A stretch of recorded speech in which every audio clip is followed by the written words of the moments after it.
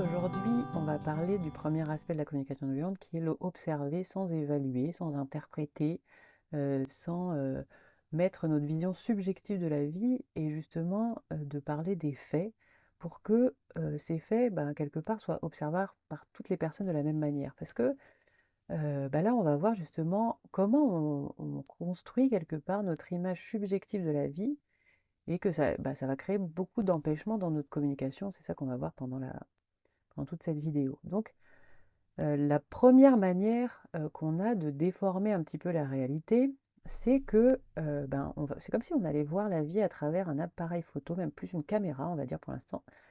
Donc, on va être à travers une caméra et on va pas voir les choses telles qu'elles sont. Là, par exemple, si je me relie à cette image là qui apparaît, je regarde objectivement ce qui se passe. Ben là, je vois une personne qui est assise à une table dans un bar et qui a les deux mains sur la table et qui a les yeux dirigés vers l'avant. Donc là, je suis en train de décrire des faits. Donc on voit bien que quand on décrit une situation, en général, on ne fait pas comme ça, parce qu'on va rajouter tout un tas d'impressions, tout un tas de commentaires sur ces faits. Et pourquoi justement? C'est parce que, bah alors déjà, un des premiers aspects, c'est qu'on va rajouter un filtre à ce qu'on voit, et ce filtre, il est lié à notre émotionnel. C'est-à-dire, bah, je sais pas, j'imagine par exemple que aujourd'hui, je suis plutôt dans un mood un petit peu énervé, colère, agacé. Et ben, je vais pouvoir me relier à cette situation à travers ce filtre-là qui va être, bon, bah, cette personne, je sais pas, elle a l'air agacée, soucieuse, voilà. Et puis on va interpréter comme ça ce qu'on voit de la personne à travers ce filtre de notre émotionnel du moment. Par exemple, donc si on a plutôt un émotionnel paisible, joyeux, on va se dire, ah bah dis donc, cette personne, elle a l'air sereine, elle a l'air calme, voilà. Et puis là, par exemple, si on est dans un moment où on est plutôt triste, on va se dire, ah bah dis donc, cette personne, elle n'a pas l'air bien, je pense qu'elle s'est fait peut-être larguer par sa femme, enfin j'en sais rien, on va interpréter tout un tas de trucs à travers les filtres de notre émotion.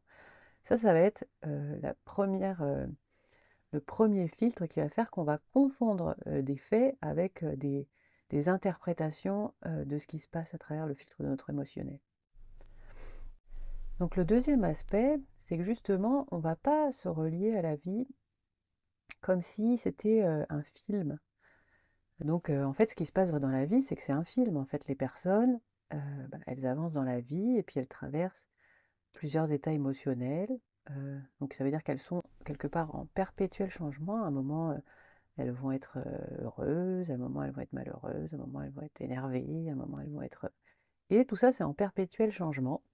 Et quelque part, on pourrait ne s'accrocher à rien. Le truc, c'est que c'est pas ce qu'on fait, c'est que justement, plutôt que de voir la vie à travers une caméra, et ben, on va la voir à travers un appareil photo, comme si on figeait des moments comme ça, qu'on prenait des photos petit à petit de moments donnés de la personne, extraits de son contexte, et à ce moment-là, on va étiqueter comme ça avec des choses. Donc on va prendre un moment, on va se dire bah, cette personne, elle est bête, on va prendre un autre moment, cette personne, elle est drôle, cette personne est brillante, cette personne est peureuse, et c'est tout ça qui va créer quelque part ce qu'on appelle bah, l'identité de la personne.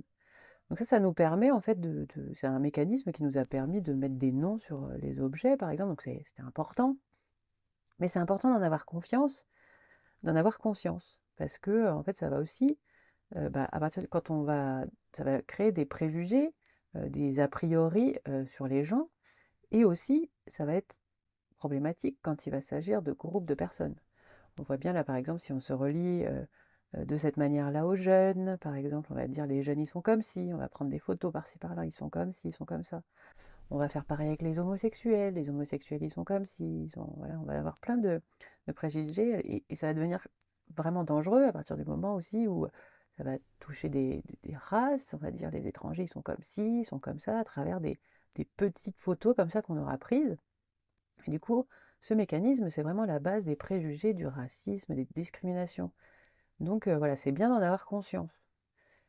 Et en plus, ce qui va se passer, et qui est encore plus problématique, c'est qu'une fois qu'on a des a priori, donc par exemple qu'on peut avoir un jugement en fait sur, on va prendre ce jugement-là qui est les jeunes sont irrespectueux par exemple, et ben après on va créer notre vision du monde à travers cette croyance-là. C'est-à-dire que là maintenant, ben, on va choisir les photos qu'on prend. C'est comme si notre croyance, elle va conditionner ce qu'on voit de la vie. Donc là, par exemple, on imagine qu'on a cette croyance, les jeunes sont irrespectueux, puis on va voir un jeune avec les cheveux teints en rose dehors, on va dire, ah, qu'est-ce que c'est irrespectueux, il trouvera jamais de boulot, j'en sais rien, voilà, et on va prendre cette photo-là pour justifier un petit peu, on va dire les jeunes, on va voir des jeunes qui sont sur leur téléphone, par exemple, et puis on va justifier notre vision de la vie comme quoi ils sont irrespectueux, et en prenant cette photo-là, et puis ben, je sais pas, on va voilà, prendre n'importe quelle autre photo, et pour justifier qu'on a raison dans notre croyance.